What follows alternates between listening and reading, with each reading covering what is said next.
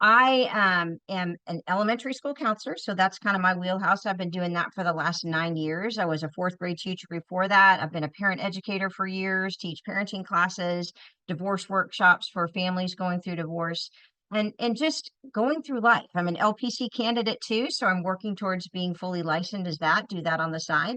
If you do work in education, you always have to have a side hustle. That's just how it works in Oklahoma. But I just love helping families with any practical things that they can utilize. One thing that I came across in my graduate school studies for my counseling degree is we were taking a counseling and research statistics class, which of course I was terrified. Math, oh my gosh, I can't do math. And she had us take this compassion test, self-compassion test. And then did exercises over the course of the class, over the several times that we met, multiple times that we met. And then at the end of the class, after we practiced these different strategies, she had us take the self compassion test again to see if there was any improvement in self compassion. It was such a wonderful, eye opening experience for me because here I am, a helpful person. I consider myself a kind person, a very loving person, and I scored so low on self compassion. Self compassion is kind of how you treat yourself. Well, I treated everyone else with compassion except me. So that's what today is about. I know we are entering the month of shame for a lot of us because we set these things called New Year's resolutions. And our New Year's resolutions often are identifying everything we don't like about ourselves and how we're going to fix ourselves so we can be better. So I'm going to give you a different way to look at all of that, how to approach times when we need to change, but how to approach it from the lens of self-compassion. So looking forward to hoping that this helps you as much as it has helped me. So I'm going to send this in the chat section one more time for someone who has come in. All right, so I'm using these terms self-compassion. Let's talk about the why. Um, if any of you are familiar with Brene Brown, oh my goodness, she is amazing. She's written so many amazing books, has lots of videos, has lots of podcasts. She talks about vulnerability. She talks a lot about shame. She talks a lot about empathy. And her way of living is a deep, rich way of living. And she's so wonderful to share her wisdom with us. And one of her books, The Gifts of Imperfection, the word gift and imperfection in the same sentence doesn't seem to go together. Imperfection is a beautiful thing. So in her book, she has 10 guideposts for wholehearted living. Cultivate authenticity, letting go of what people think. Cultivate self-compassion, letting go of perfectionism. That's what we'll focus on tonight. Cultivating a resilient spirit, letting go of numbing and powerlessness. Cultivate gratitude and joy, letting go of scarcity and fear of the dark. Cultivating intuition and trusting faith, letting go of the need for certainty. Cultivating creativity, letting go of comparison. Cultivating rest and play, letting go of exhaustion as a status symbol, letting go of productivity as the means of our self worth. Cultivating calm and stillness, letting go of anxiety as a lifestyle. As a culture, the United States, it is a fast driving motor that never seems to stop. Cultivating meaningful work, letting go of self doubt and how you're supposed to be, and cultivating laughter, song, and dance, letting go of being cool and always in control. In her research, and she doesn't just say, "Oh, I'm thinking this is the next greatest trend." She backs this up with research. She's a cultural researcher. These are the things that lead to a life of wholehearted living that isn't constantly plagued by self-doubt, anxiety, exhaustion. And it is almost like a badge of honor in the United States to be able to list your whole entire to-do list and, oh, all the things that we're doing so great. That doesn't lead to satisfaction. So, self compassion has been a journey for me, which again, I was introduced to in grad school, and I'm so grateful for it. So, what in the world is self compassion? Self compassion involves responding to yourself in the same supportive and understanding way that you would a good friend. When you're having a difficult time, you failed at something, or you notice something that you don't like about yourself. Most of us, would not go up to a good friend who is sitting there talking about, "I'm so frustrated. I just can't seem to get organized. Oh, I don't like this about myself." our response as a friend would not be, yeah, what's the matter with you? I mean, get your act together. How many different opportunities do you have to make a checklist? Duh. We would never talk to a friend like that, ever. But how many of us, that's our inner voice. Come on, you can't get this together. Come on, you're a grown woman. I had to watch my self-talk and my out loud talk.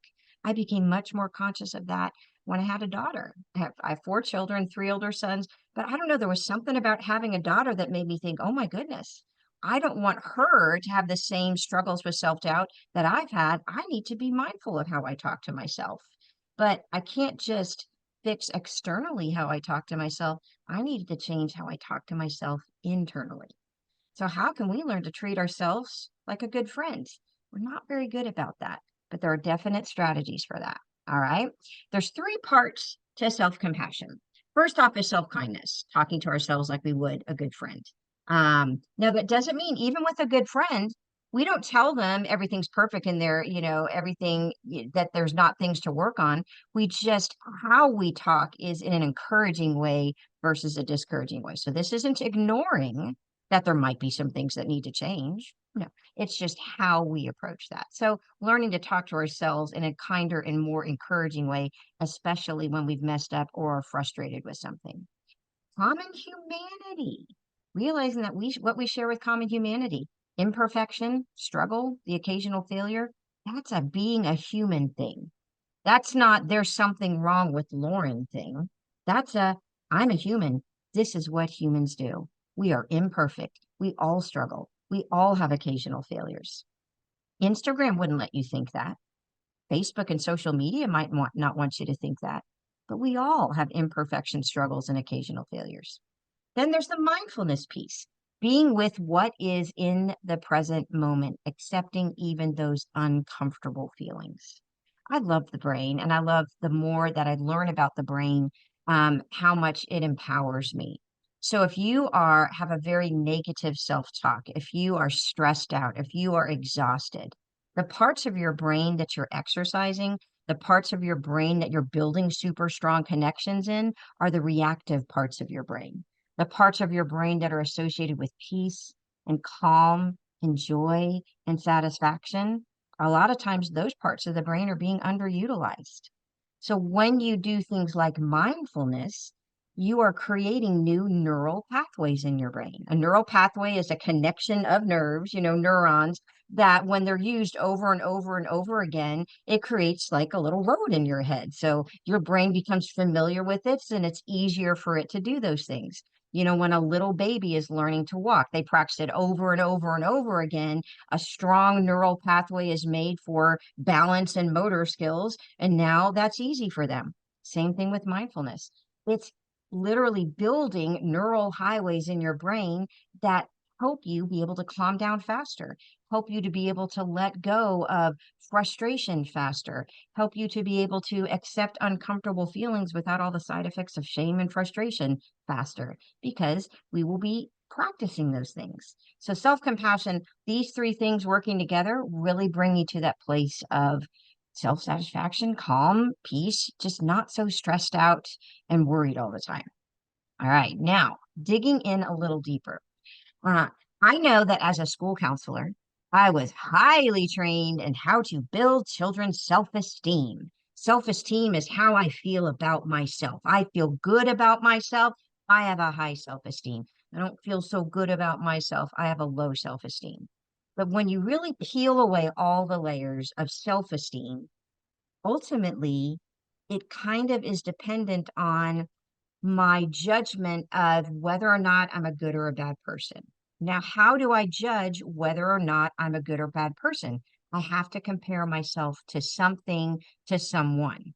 So when I peel back all the layers of self esteem to have a high self esteem, kind of have to believe that I'm special or above average. I mean, hey, I'm doing great. I'm better than so and so. I don't do stuff like them. I'm a good person. I do these things, and people who are bad people, they do those things. It involves comparison. Here's the problem. If for me to have a high self-esteem, I have to believe that I'm special or above average, how can all of us be above average? Someone's got to be below average. I mean, someone's got to be on that lower half of the line. That's a problem with self-esteem. Self-esteem is also contingent upon success. For me to continue to have high self-esteem, I have to have repeated, continued, almost sometimes this perfectionistic streak for me to feel successful. I have to keep being successful. It has a harder time with that failure piece because when I fail, well, then I'm not special or above average. I'm below other people, kinds of thing. It can also, without thinking about it, lead us to finding ways to lift ourselves up by putting others down. Now, I might not blatantly go up and say, "Oh my gosh, I'm so much better than you. I don't lose my temper like you do." I might not say that, but I might think it. Oh, yeah, well, someone might be being really successful, but for me to make myself feel better, I've got to bring them down a notch. Yeah, but look at how they dress. Yeah, but oh my gosh, they're a mess. Yeah, but they don't treat their kids nicely. We find something to put them down in order to lift ourselves up. And a lot of times we're not even aware of this kind of comparison talk. It becomes so habitual, it's so automatic. And it can also lead to prejudices, us believing that one group is better than another group, and I have to do that in order to feel better than another group. So self-esteem isn't all bad, but it's not enough. It's not fully satisfying. All right. It doesn't meet our core needs as a human being. And so I was really shocked when I was first learning about self-compassion and digging into that. And when it put it side by side with self-esteem, I'm like, oh, no wonder it's never enough. Now, let's put that side by side with self-compassion. Self-compassion is a completely different way of relating to ourselves. We relate to ourselves with kindness. It offers all the benefits of self-esteem, feeling good, feeling happy, feeling productive, successful, all those things. But I don't have to deal with all the pitfalls of narcissism, where I'm so self-focused, me, perfectionism. I don't have tolerance for mistakes or that nasty social comparison we have we're constantly saturated with social comparison in our social media. We had a guy come to our district counselor meeting and he was talking about the research comparing the spike in depression and anxiety as soon as compared to social media use in teenagers and kids as well as young adults. Well, I'm no longer a young adult, but my brain is still definitely impacted that. And it's off the charts. I mean, it has skyrocketed. Why? Because it's nonstop comparison. When you're feeling bad about yourself, then you go see someone who's got their hairs looking perfect today and look at all the cool stuff they get to do. And they just got to go to this really cool place and they're traveling the world and they somehow have a meal plan that gets everything done. We're nonstop in our face. Look, they're better than you. They're better than you. And we internalize that. So self-compassion doesn't require that. I don't have to feel better about myself by being perfect or being better than everyone else. And when self-esteem deserts you, self-compassion steps in and gives you a sense of I am valuable, not because of my accomplishments, but because I'm a human and I'm worthy of love. I just am worthy of love, not for everything I do, not for everything I represent. I am worthy of love because I'm a human being. That's a much better than foundation than I am worthy of love because I'm better than at least half the people out there. That's going to fail you over time. Now, I do feel like as you get older, a lot of times the things that used to bother you don't bother you anymore. I'm in my mid 50s, just celebrated my birthday, 55. And I love the beauty and the wisdom that comes from getting older. The stuff that I used to care about in my 20s and 30s and 40s, I don't even care about anymore. But I've still continued to grow in self compassion. Just because I stopped being bothered by certain things as I got older didn't mean that I was talking to myself in a kinder way. Um, but that just lying those side by side, self compassion, it's definitely a better gig. It's much more satisfying. It also really impacts motivation. Motivation, there's something in counseling theory called the stages of change. When we have something that we really need to work on, we could be in very different stages of change. One stage of change is don't even know you have a problem. Another stage of change, oh, I have a problem. I don't really know that I want to do anything about it. Another stage of change, I realize I have a problem. I need to start looking into things that I might be able to do to change that problem. Next stage, I might be ready to start trying some of those things and actually implement some of those things. And then maybe when I've grown in that area, I can maintain that change and that growth. Motivation is a big thing. Now, here's where self-esteem, how it deals with failure. Self-esteem kind of requires, in order for me to keep feeling good about myself, it requires success. Responses to failure is often judgmental. How could you? Very critical, picking apart all the things that we did wrong. And sometimes, it actually tries to motivate change through shame and harsh correction. How could you do that? What's the matter with you? You know better. Come on, you're 55 years old. You can't come up with a meal plan? That kind of harshness, judgmental response, comparison response. Come on, so and so can do this. Why can't you do this? That kind of harsh correction, that in our brains activates the threat response. Our brain releases cortisol, our brain releases a lot of those other stress hormones, builds up that stress, and that can lead to shutting down and poor motivation. Just think of how many New Year's resolutions you've started. And come on, you should be better than like, oh my gosh, you missed a day of exercise and you said you were going to do this every day. Just forget it. Not doing anything. That is the state of the brain, that comparison, judgment, criticism. It literally, every feeling that we have, every thought that we have has a corresponding neurochemical cocktail that our brain feels different things. That definitely impacts motivation. Well, let's look at a different response. Self-compassion and failure. The responsibility with empathy, kindness, and hey, what can I do to help? When our friends fail, we respond with empathy. "Oh, I know that's really hard. I mean, you must be feeling pretty frustrated right now. What can I do to help? How can I be there for you?" What if we responded to ourselves that way? "Oh, you've been having a rough time. Yeah, it is really hard. Being human is really hard sometimes." That kind of talking, that kind of empathetic response, that creates warmth, gentle, hugs and touch and all those kinds of things. That calmness, that creates a whole different neurochemical cocktail that activates the caregiving system in our own bodies, which releases oxytocin and all those natural opiates in our bodies. And that creates a brain that's willing to change. I even think of this as a teacher. I've got a kid who is struggling with math. All right. So do I go up to that child and say, come on, this is second grade stuff. You're in third grade. You should know this by now. Come on, you just need to try harder. Let's go. Right. If you would just pay attention, then maybe you would understand this. I've just activated their threat response. Even though everything I'm saying might be true, they're not motivated to change. They're motivated to hide. I respond with empathy. I can't do this. This math is too hard. Yeah. This can be really hard sometimes. I can see you're really frustrated. Here, you need a hug? Yeah, it can be really frustrating sometimes. That empathetic response doesn't create the same reactivity in their little minds. Hey, I feel connected to you. I feel like you get me. I'm willing to try something. I'm willing to take a chance. I'm motivated to try this new thing that you're encouraging me to do. It's literally, we are creating states of the brain depending on if we respond with criticism or if we respond to ourselves with empathy. It's huge. And I think that's been the most beautiful part for me for as far as personal growth goes. I have changed more in the last 8 years than I had in the previous decades. And it started with this introduction to self-compassion. I've actually achieved some of the goals that I'd had over, held over my own head forever and ever and ever, especially when it came to some health things that I was going through. Definitely where it came to some peace and some mindfulness and some connectiveness and friendships.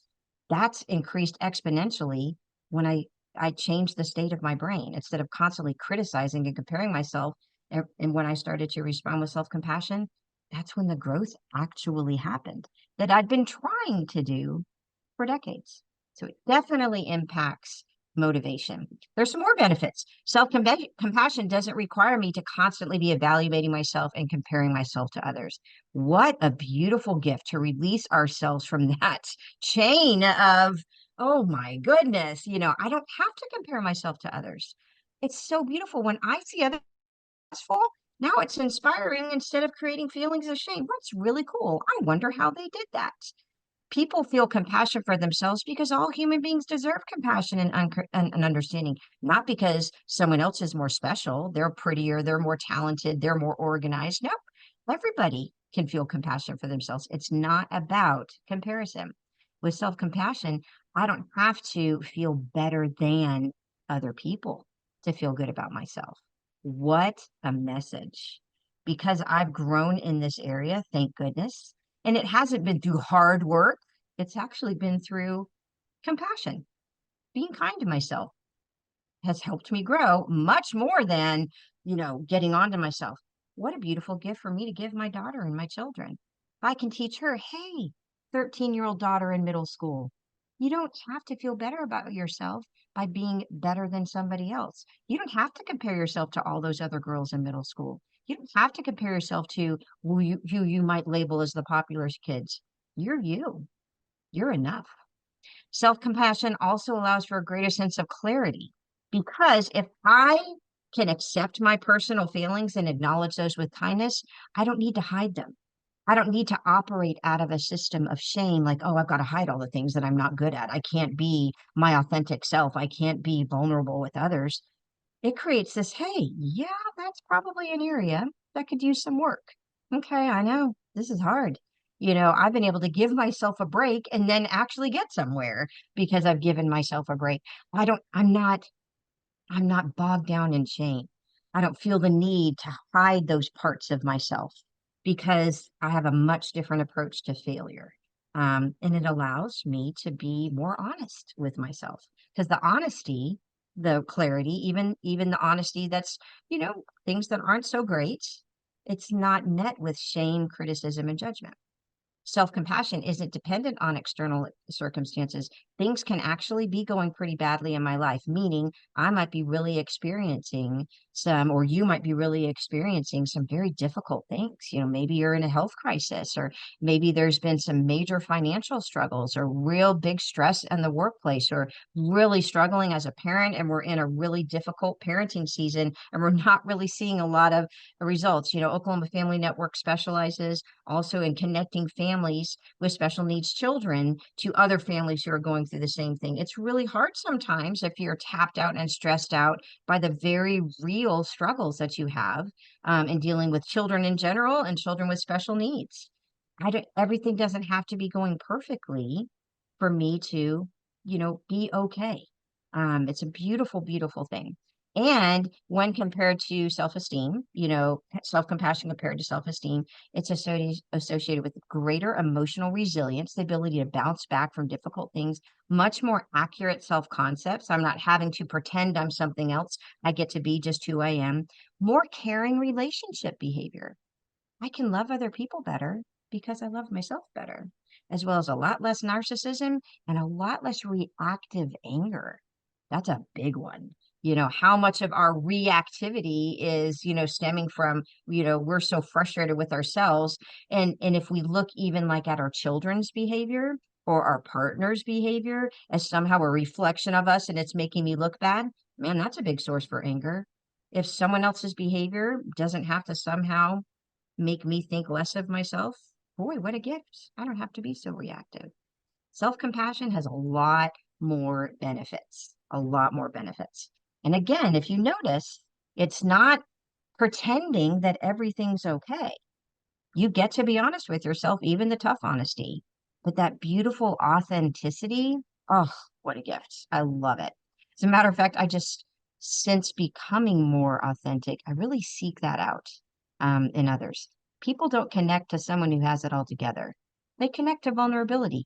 They connect to humans, to authentic humans. All right. Now, the self-compassion test. Let's see how we're doing on time. 7:03. So for some of you who showed up a little bit early, you might have been able to do this self-compassion test, do the little evaluation. For some of you who signed on right on time or just a few minutes after, I did send the link in the chat section. So what I'd like to do, let's see, who still needs to finish it? Let's kind of let's kind of do that. Send me a message in the chat section if you still need to finish the compassion test, because we can take a few minutes to let you do this. 26 questions that you just kind of go through and you answer, all the time, sometimes, not at all, that kind of thing. So it's a drop down menu. It takes a few minutes to do, but it's not like a 30-minute type thing. Anyone still need to complete it? Send me a message in the chat section. That way I know if I need to pause here, we can just keep plugging forward.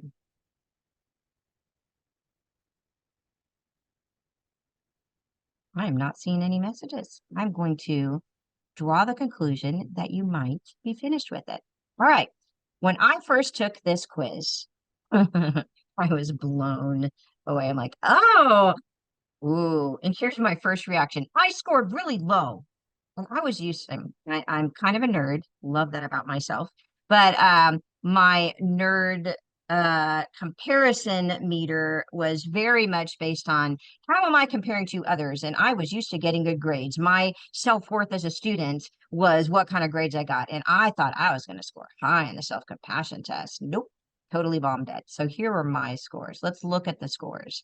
So the first set of parentheses, that was when I first took the quiz when I was in grad school. So what would that be? That actually was 8 years ago, because I took this class a year after starting as a school counselor when I was, jumped back into grad school for my certification. So here's kind of what the scores mean. The average score is 3. So if your overall score that you got was 1 to 2.5, your overall self-compassion score is pretty low. Like you score low in self-compassion. A 2.5 to a 3.5 indicates you have moderate self-compassion depending on the circumstance. And if you're over a 3.5 to 5.0, then you are pretty high in self-compassion.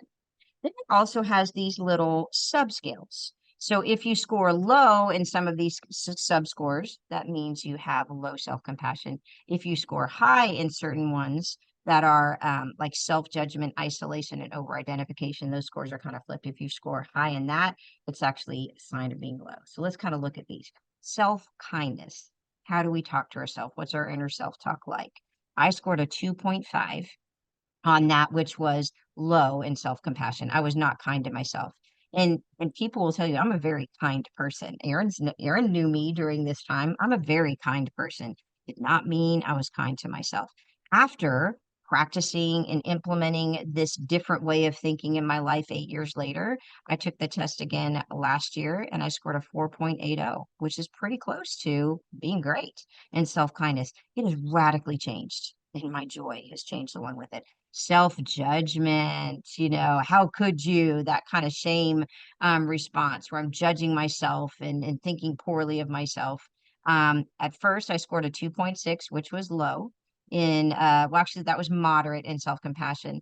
And then what I actually did as the years went on, I scored much lower in self-judgment. So a low score in self-judgment is actually the opposite. That means you're high in self-compassion. I see something. What is meant by over-identification? Over-identification, people understand that they're suffering, but they dramatize their situation to a point that nothing else is important. Self-compassion implies the opposite. Individuals hold their suffering in mindful awareness without over-identifying it. So if I'm struggling, that's my whole life. If I'm an angry person, I'm always angry. It almost like it overtakes, we over-identify with these negative opinions of ourselves. And so the in mindful self-compassion, you don't have that same issue. So okay, here we go. Back to, let me see if I'm still sharing the PowerPoint. Yes, let me get back up on there. Good question, actually. I find that my brain works less and less efficiently the later it is in the day. All right. Okay. So let's see. Let's make sure that is, yep, that's the correct thing. Okay. Oh, hold on. Let me get down to where we are. Isolation, how much we kind of separate ourselves from other people. We're withdrawn, and sometimes we're withdrawn because we feel bad. If you scored really high in that area, that's actually a sign of low self-compassion. Mindfulness, like how good am I, not how good am I, how practiced am I in being able to sit in uncomfortable feelings and sticking with the here and now and not constantly worrying about the past or the future. What are my, mindfulness practices? Do I do my deep breathing and my meditations and things like that? And then over identification is where when I'm having a problem, it's all consuming. That's all I can think about. And then you've got your overall score. So here's the thing. When I first saw my scores, I was very disappointed in myself. My first response was, "You should know better. You're a kind person. I can't believe you scored low in this." Well, I was raised in a very harsh, critical environment. I'm female, which often we are just almost like we're hardwired to compare ourselves. If any of you saw the Barbie movie, the whole montage, it's so hard to be a woman. You've got to be this, but you can't be too much. And you got to be that, but you can't be too much. These are all these unwritten expectations that society has for not just for women, but for all people. But I was very upset with myself. And I started looking at what other people in the class scored. It was just so silly. Here I was literally responding with low self-compassion to my self-compassion scores. But I was so appreciative for the mentorship of my professor because she started doing these different exercises and taught us, okay, you have to stay here. Here's what you can do. All right. So now this is where I would love to open it up to you. I know this is virtual. So it's not like we're in a room and you turn and talk to the people at your table. But I'm curious if you want to share, and you can unmute yourself and you're welcome to share that what stood out to you, what surprised you, what just stood out to you? Does anyone want to share um that a surprise or something you might try to show self-compassion? Any one of these questions? Anybody have anything they want to share? And you know what? We're actually not going to judge you if you do that. Judgment free zone. Okay. My virtual groups are usually a little more quiet. Oh, I hear something. Who's talking?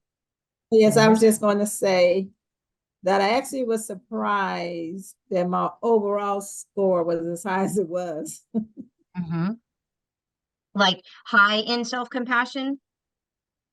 Yes, Okay. And what was your highest area in your self-compassion scores? it was the common humanity and mindfulness. Very good. And that because you're higher in those areas, especially that mindfulness piece, that kind of helps train your brain for the self-compassion. Now, it doesn't mean that we're always perfectly kind to ourselves, but it's more that's the pattern. That's the tendency more often than not. Thank you for sharing, Rosemary. Anyone else? Something that stood out to you or surprised you? I think it's great because I've heard you do this before and I feel like I'm maybe getting a little better. So, that's what's interesting is like, people that think about this, it's made me more aware. Mm-hmm. Especially for the self-talk piece. Especially for the self-talk piece. Now, I actually gave this presentation at a school counselor conference, a similar presentation. So we have a whole room full of people helpers, the most compassionate, amazing, awesome people on the planet.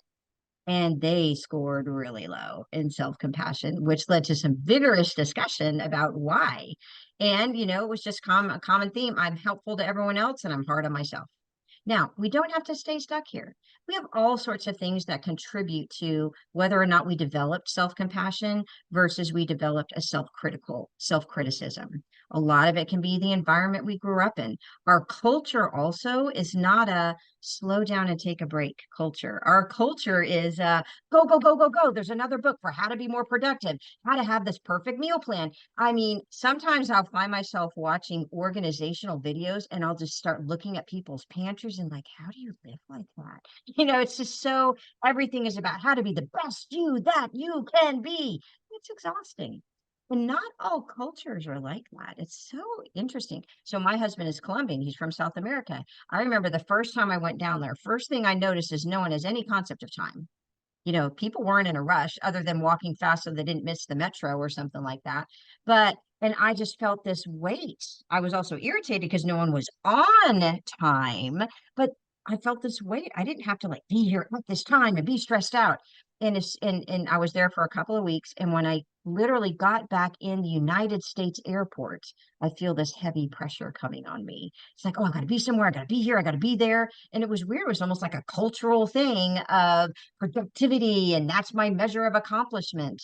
There's so many things. Our family of origin could have really contributed to that harsh criticism, depending on how we were parented, and so many different factors go into that. Your personality type. Some people are very they're much more high strung. You know, if you struggle with anxiety, and that's and how your brain is wired. So many different contributing factors.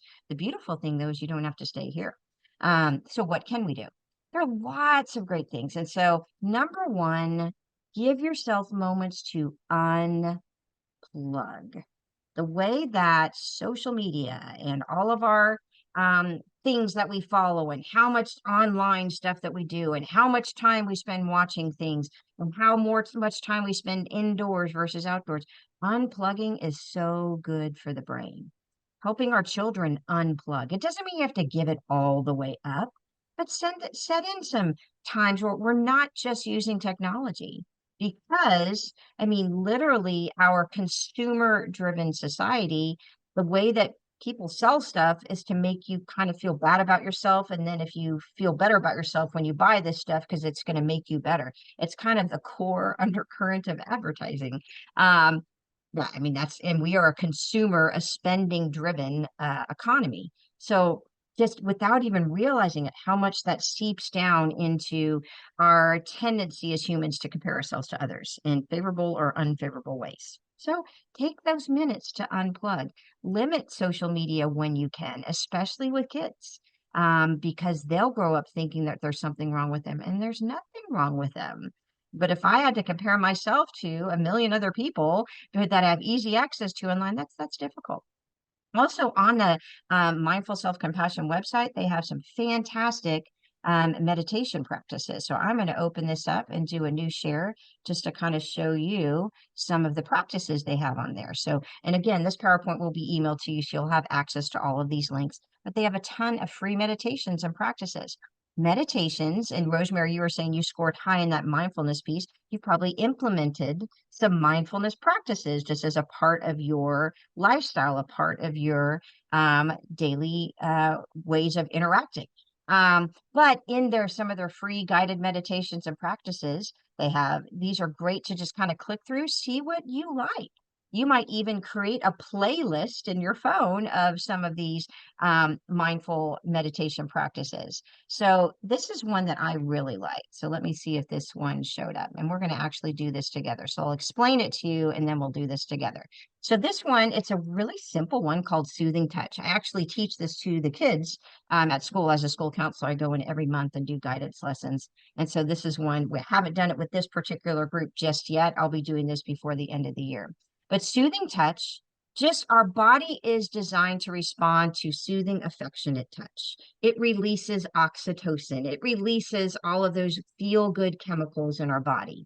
So when we're giving a hug, or someone gives us a pat on the back, or something like that, it feels good.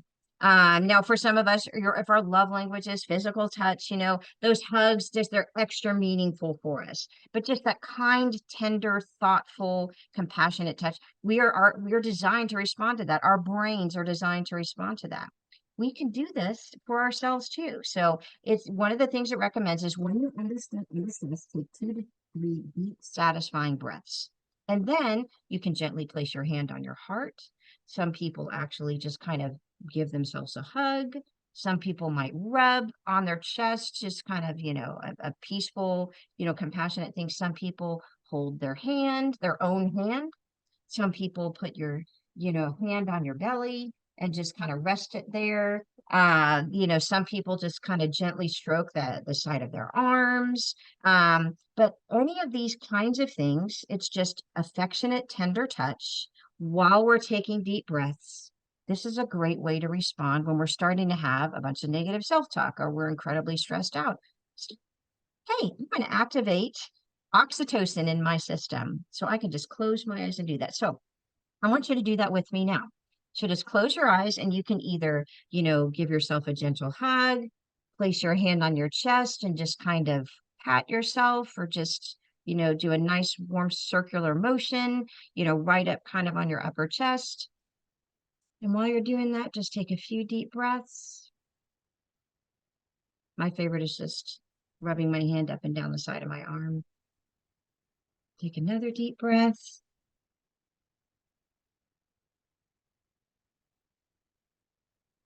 Take another deep breath.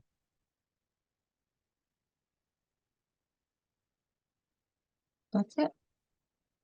One reason why I respond so well to this, when sometimes I'm just taking a deep breath, I have ADHD. My brain goes 2,000 different directions while I'm taking a deep breath. I mean, that's just how I'm wired. But if I have my hands and I'm gently, having a circular motion, if I like to rub the side of my arm, my brain actually then just focuses on that touch. It takes me out of my headspace and just responds to that. It's just comforting.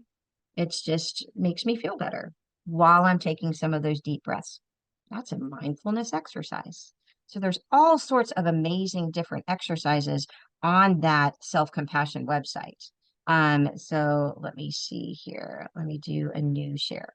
We'll get back to the PowerPoint. So highly recommend. There's tons of great meditations on there. Practice talking to yourself like you would a good friend, even out loud. So I had to first catch myself and then switch my conversation. So I have this really amazing tendency to misplace things, my glasses and my keys. And so at first, I lose my keys. Oh, come on, Lauren, you're a grown woman. You should know better. Oh, you lost them again. I'd be walking around the house yelling at myself with my children home, with my daughter, they're listening to me. One time my daughter followed me. She's like, "Are you mad, mama? Are you sad, mama? Are you mad, mama? Are you sad, mama?" While I'm trying to find my keys. So didn't really help. But then I'm like, oh, she's listening to me. So yeah, I'm a human being. I'm not perfectly talking to myself at all times. So come on, look. All right, Lauren, your brain is wired differently. All right, where's the last time you found your keys? Where should I look? Oh, here you go again. You're so silly, losing your keys again. That makes you special. I've learned to respond with humor out loud to myself. So and just catching the harsh talk and switching gears can make a huge difference. So practice talking to yourself like you would a good friend. Acknowledge frustration and difficulty and respond to yourself with empathy. Hey, I don't have to pretend that everything's okay when it's not, but I can respond to myself with empathy. Yeah, you're having a really frustrating day. You're working really hard and things didn't turn out like you thought they would. I can respond to myself with empathy. And then find your favorite self-compassion meditations. I like the self-compassion break. It's an auditory, like an audio meditation, which is a great thing to do before you go to sleep or if you've had a really rough day. It's like 5.5 minutes, something like that. It's on the mindful self-compassion website.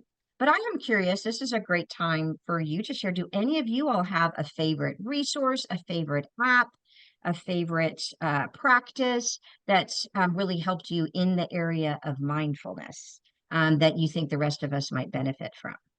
Anyone have anything that they would share? And you can also just put it in the chat section, or you can unmute your microphone if there's something you found that really works for you. I'll throw one out there too. If you have Netflix, silence. Nicole, silence would be wonderful sometimes. So just being silent is great.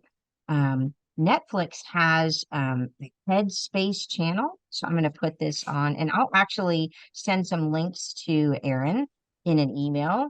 But Headspace is a wonderful app that has a lot of meditations in it. And then there's also, if you have Netflix, they have a channel called Headspace on Netflix, and the episodes are mindfulness practices in an episode. And it also teaches you about how mindfulness impacts the brain. So, and they even have one for helping you sleep. Mindfulness Headspace channel on Netflix. I have listening to music. I have my Drive Through Dallas playlist. Dallas stresses me out. I used to have to drive down. My son was in college in Waco, and just going on all the shows. So I literally had my playlist of songs that were uplifting, that motivated me, that calmed me down. But listening to music is a very powerful thing. Anyone else have anything that they would suggest that's helped them in that mindfulness piece? Laughter yoga? Huh. I've never heard of laughter yoga. I'm sorry, Rosemary, do you mind? You need to tell us more. I've never ever heard of laughter yoga. Okay, laughter yoga is something actually this guy started someplace in India. And it's just getting together and doing different things. And to start off with, you just laughing. And you just laughing may not be funny, but you're just doing these different laughter moments. And then it gets very contagious, you know, and you start laughing, you know, but it's really fun, especially when you do it with a group of people and you So find I'm yourself really totally going to laughing. look that up. I might need to try that with my students at school. Oh, That, yes, it's great with them. The yes, I've OSU literally never heard. I've extension. heard of hot yoga, but I've never heard of laughter yoga After before. So the OSU extension actually came to our school and did it with the staff one time. And they did one as an after school. They taught the kids how to do laughter yoga. But so if anybody's interested, I don't know if they're still doing it, but there is truly a training that you have to take on it. So it's kind of funny, but it is, Yeah. and like Rosemary said, it's contagious, right? Everybody just starts laughing and you have to go up and laugh for like 5 seconds in front of someone and then they start laughing, and it's a really neat thing. Okay, so that's going to be in the email, right, Erin? You're going to send us a link to the OSU Extension office. We all need to know about this. That's hilarious. I definitely want to learn more about that and try that with my students as well as myself. I'll have to see how my 13-year-old daughter responds to that. If I'm Sophia, we're going to do laughter yoga. She'll be like, "Oh my gosh, Mom, you're crazy." I'm like, "Yes, I am. Yes, you seem very embarrassed right now." I can respond to her with empathy. All right, so you don't have to stay. Now, the beautiful thing for me is the biggest change for me was really focusing on that common humanity. Why am I expected to be perfect? I don't have to be perfect. Who told me that I had to be perfect? I don't have to listen to that. Really changing my self-talk and that improvement in those mindfulness things, just some deep breathing exercises, has really, really helped me grow in that area. And like you were saying, Erin, even just the awareness. Oh, I didn't really think about how I'm talking to myself, didn't really think about how I'm responding in that situation. And that has been okay. And it's okay to not be okay. Acknowledge how you actually feel, not how you should feel. Should is a cuss word, in my opinion, because should, the other side of should is shame. You know, I should be doing this or I should be doing that. Well, I feel ashamed when I'm not. Okay, this is how I feel. I don't have to get into this even perfectionism on my feelings. Acknowledge how you actually feel, not how you should feel. Because when I respond with empathy and authenticity, then I can actually move forward from there. Step away from social comparison. There will literally, until the end of time, always be someone who's more organized, more enthusiastic, more healthy, blah, blah, blah, blah, whatever it is, the thing that you have a tendency to be critical of yourself about, there will always be someone better than that. I don't have to be better. I don't even have to be above average in some areas, and that's okay. Embrace where you are now, not where you should be, where you are now. Show yourself kindness. Recognize that humanity and that other people have similar feelings to you. You know, and sometimes this can really help you develop those authentic friendships that are actually helpful. Support each other and ask how self-talk is going. So if you have a compassion buddy, a good friend, what a great fun thing this could be to do instead of having, let's get together and go out to eat. Hey, let's get together and we're going to take the self-compassion test and then we're going to help each other. And maybe, once a week, I'm going to be sharing different things with you that are working for me. Remind yourself that you're amazing just as you are. You are worthy of love and kindness because you are a human being. That's it. That's all that required. That's all that's required. And yeah, we can always do better. We can always change and grow. But when we get out of that suffocating blanket of shame, it's beautiful. And change your hurtful rules. We create these expectations for ourselves, and who said we have to do that? I recently read something where someone was in a therapy session and they were really struggling with depression. They were just not feeling it and they could not do the dishes. They just could not get themselves to go get the dishes and, put them, get them rinsed off and put them in the dishwasher. And oh my gosh, I can't even do it.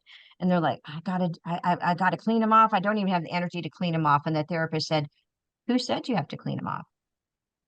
Who told you that? Well, that's what you're supposed to do. According to who? You can run it in the dishwasher. You can run the dishwasher twice. Who said you have to run the dishwasher one time? You can run it twice. You can run it 3 times. You can put them in there dirty. You can put them in there without rinsing them off. If rinsing them off is overwhelming, put them in there. Don't rinse them off. Run it twice. Who made that rule for you? Evaluate some of the rules you're having for yourself. And if those are hurtful rules, if those are keeping you stuck, it is good to have some rules. So I'm not saying have no rules, but we have some really unrealistic expectations. And because of those unrealistic, immovable expectations, we remain in a state of frustration and we'll never be able to measure up. I mean, change some of those rules. It's okay. If they are causing you to stay stuck in, self-criticism. So rerun the dishwasher. Who cares? And I will say that is the beauty of getting a little bit older is I don't really care what you think of me. I remember I had a pre-K student.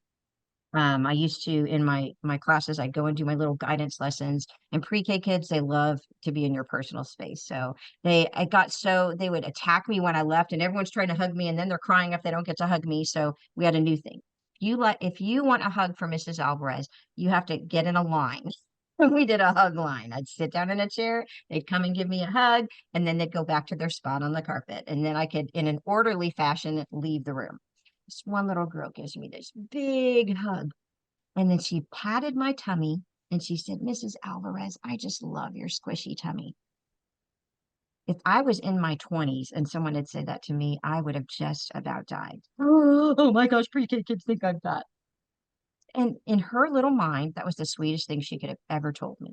I tell that story to my 3rd and 4th graders at school, and they all go, oh, snap, no, ooh, she burned you. And I said, no, I had a choice about what to do with those words. And my decision was, you know what? My squishy tummy makes me really good at giving hugs. As a matter of fact, my squishy tummy makes me better at my school counseling job. I'm glad I had that squishy tummy. I earned that squishy tummy. And I said, you get to decide how you absorb those words. When we can learn to talk to ourselves in a self-compassionate way, what a joy. And oh my gosh. And like I said, I've had more personal growth in the last 8 years when I got out of the blanket of shame, because now it's not about proving I can do something. It's about, oh, you actually love myself a little bit more. I want to change and grow in this area because, it's better for me. It brings me more peace. You already know how to be a good friend. Just remember how to be a good friend to yourself. That's the ultimate self-compassion. And, Erin had also mentioned we are going to email the PowerPoint. I'll send some other links to things. If you guys have other things, like I'll look up some links to that Laughing Yoga. That sounds so interesting. And Erin, you might look up the OSU Extension office. And this will also be emailed to you, my contact information. You're always welcome to email me. And then Oklahoma Family Network has tons of upcoming events on their Facebook page and their YouTube video page. And actually, Erin, I had not listened to the podcast things yet, the We Saved USD. So I need to listen to some of those podcasts. So that's my portion of tonight. There's another portion of tonight where Erin's going to talk about a hope ring. Well, and thank you so very much, Lauren. I told you, everybody, I know you just have so much information, and the links and information that Lauren sends out is just fabulous, I should say as well. And I'll look into that OSU extension. I'll call them tomorrow and see if they're still doing that. I know that they were doing it several years ago, and then, but I haven't touched base with them So I'll find out about that. But I do also know that you can look at you can YouTube it as well, and they have some stuff on it as well. So I'll try to find some.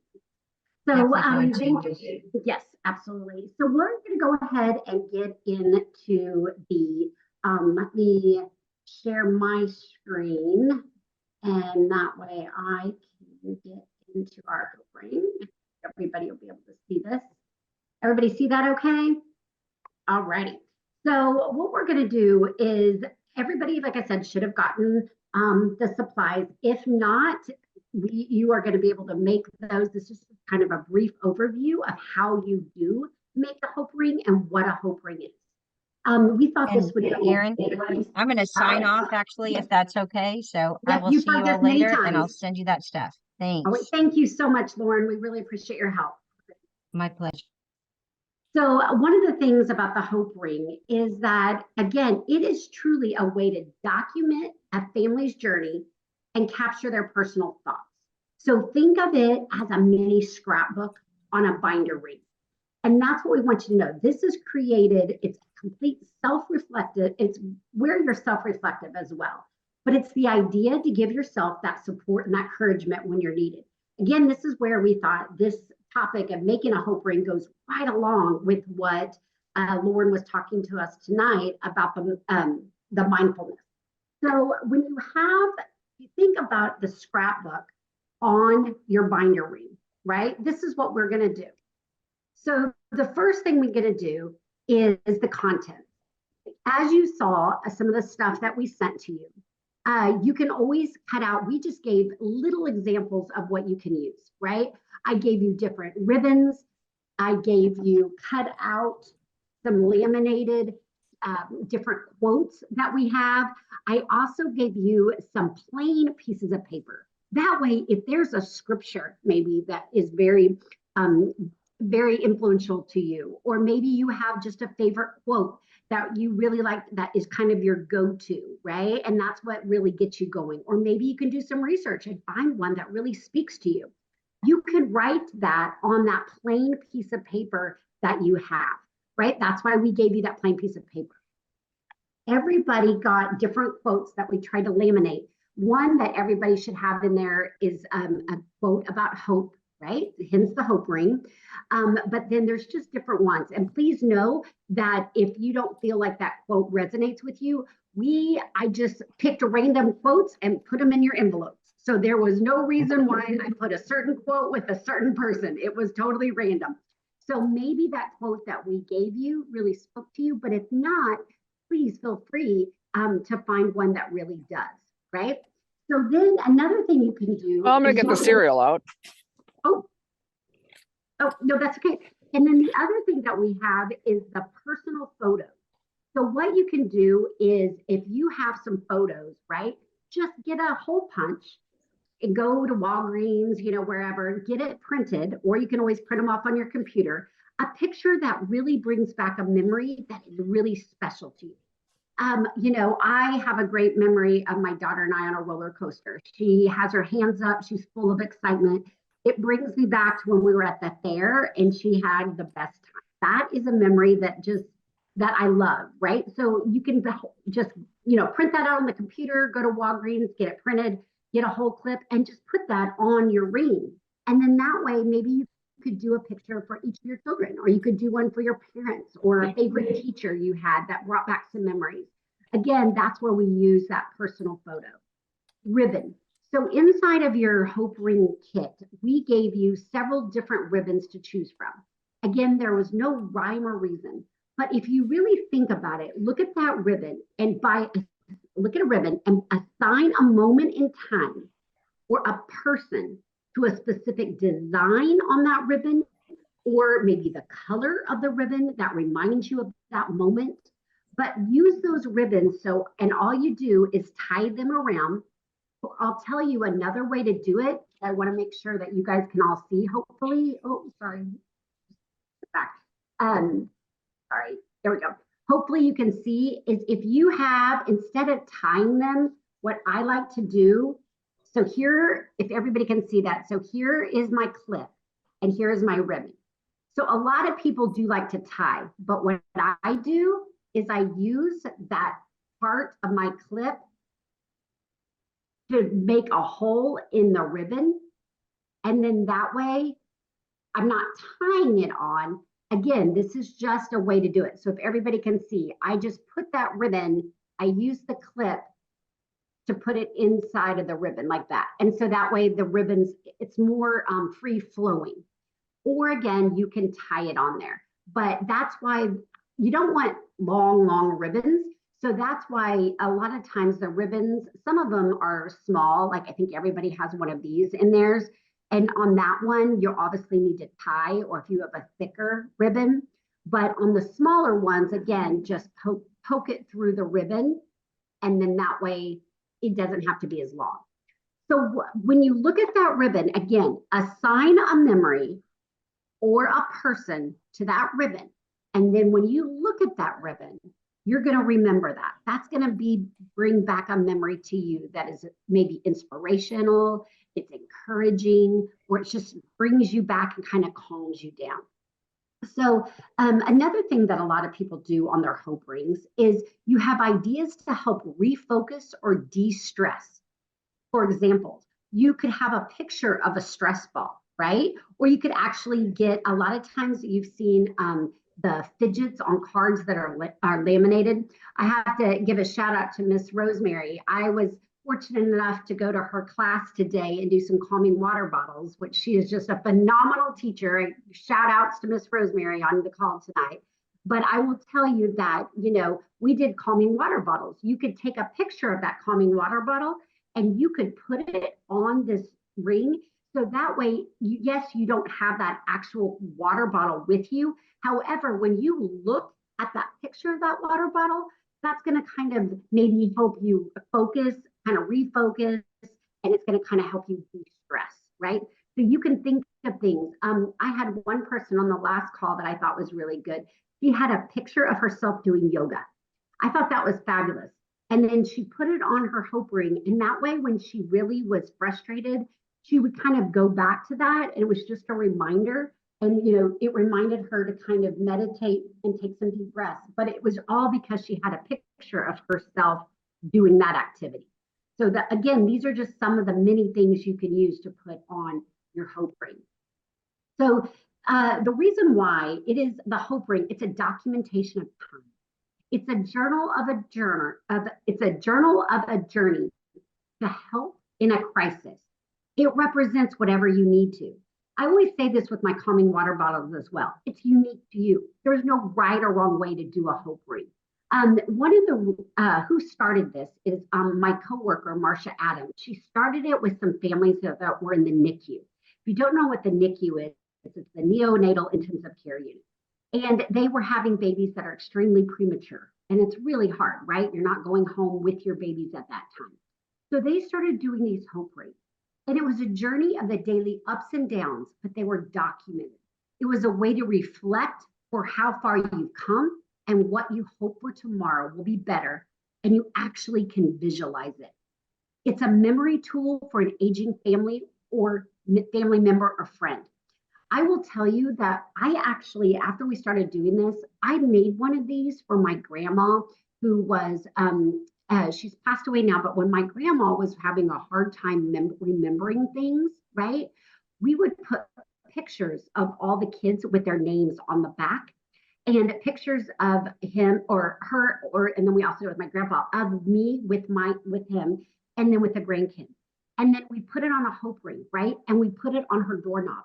Right? So it was right by there. We just stuck it on her doorknob. And what a great little simple way, right? That she could look at all those different pictures and be reminded of how much she was loved. Another thing is for bereavement support. Pictures, memories, events, and hope for the future. You can take pictures, maybe you have things that remind you of someone that has passed. And you just have this little ring. And whenever you're just really down in the dumps and you're really missing that person, you get this out. It's just a simple way. It's not this big book, just a simple thing you can keep in your desk drawer, and you can look at it and be reminded of the things that are important to you. So it's a documentation of a life event that is traumatic, right? It's not all full of roses, yet it's full of hope and the fact that you will never forget. So this hope ring, it's therapeutic, right? It's to create a ring full of truth and bring life to it. Again, that's that documentation. You're sharing what you love about someone or how important each person is in your life. Documenting shared thoughts, jokes, tears, photos, things that you loved about someone. So that list is endless, right? As so are our thoughts. Another thing coming up with Valentine's Day. I had a thought about this is that, you can make this one for one of your kids or your spouse or your partner. And what you could do is you could, make a special ring of some things that really remind me. Maybe it's a joke that you have between each other. Maybe it's a joke that you and your child share, or something that you say all the time, or maybe a face. Maybe they make that certain face, right?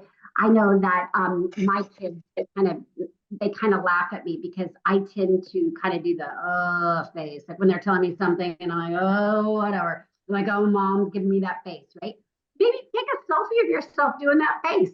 Put it on the ring for them, right? And then they'll be reminded. It's kind of a little joke between you guys that, okay, you know what? This is something that you can laugh about as well. So one of the things that I also think is things that maybe are traumatic or things that are sad, because you know what? We have to talk about it. It's not something that just goes away. You have to talk about the things that are bothering you. So this is kind of an example of some of them have had. So this one right here, right? They took pictures and they put it back on cardstock, and then obviously put their hole punch right here. And they just added different pictures and different memories. And then each ribbon was symbolic to a certain event. And here's just kind of another one down here. And again, we always say the reason why it's on a clip and something that's not permanent is because you can open it and you can add things as you go. Or if you think about something, it's a tool that leaves you to specifically modify your situation or your circumstance. A journal of a journey that is small enough to tuck into your bag, your purse, your desk, your bedside table, or leave it out for others to look at. It's your ring of hope to be held close or shared. It's your personal journey. And that's what's all about this hope ring, is that how it is your personal journey that you can keep where you need to keep.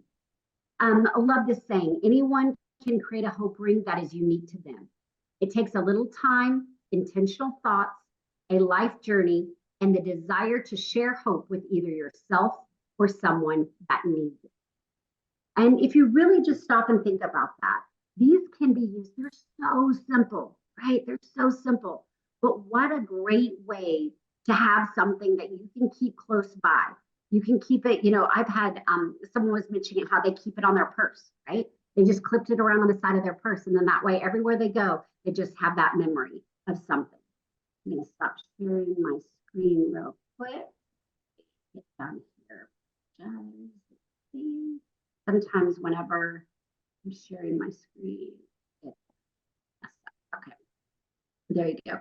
So I hope if everybody was able to see that, about how easy that is to make. And again, the materials that we gave you were just simple ones. You can think about the quotes, get more ribbons, get more pictures, and you can just use it how you need it. We always love to see pictures and hear about how you used your hope ring, because I love to use that for other ideas.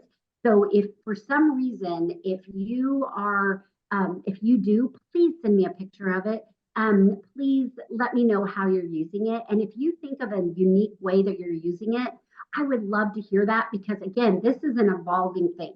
This is something that we want to be able to share with others. Does anybody have any questions about that? Do you think it's useful? Something you haven't thought about? Is it something that's useful that you think you guys might use? Okay, good, good. I'm so glad. And again, when you're making this, it's okay to do things that aren't happy, because that's the only way sometimes that we can deal with some of those things, is by being able to get through them and using things like this. Again, we do have our podcast that has stories of inspiration and encouragement called Saved You a Seat. On our YouTube channel, we have presentations from national speakers that are about hope. I strongly encourage you to listen to those about hope and resiliency, because we all need to learn how to be resilient. And there's hope summits that are coming up. If you go to our Facebook page, it's just the Northeast Oklahoma Children's Facebook page, or if you go to our oklahomafamilynetwork.org, there are hope summits that are coming up actually in Tulsa and in our state that a lot of times they're free or they're very low. But I tell you what, you walk away from those hope summits and it just really brings a lot of encouragement.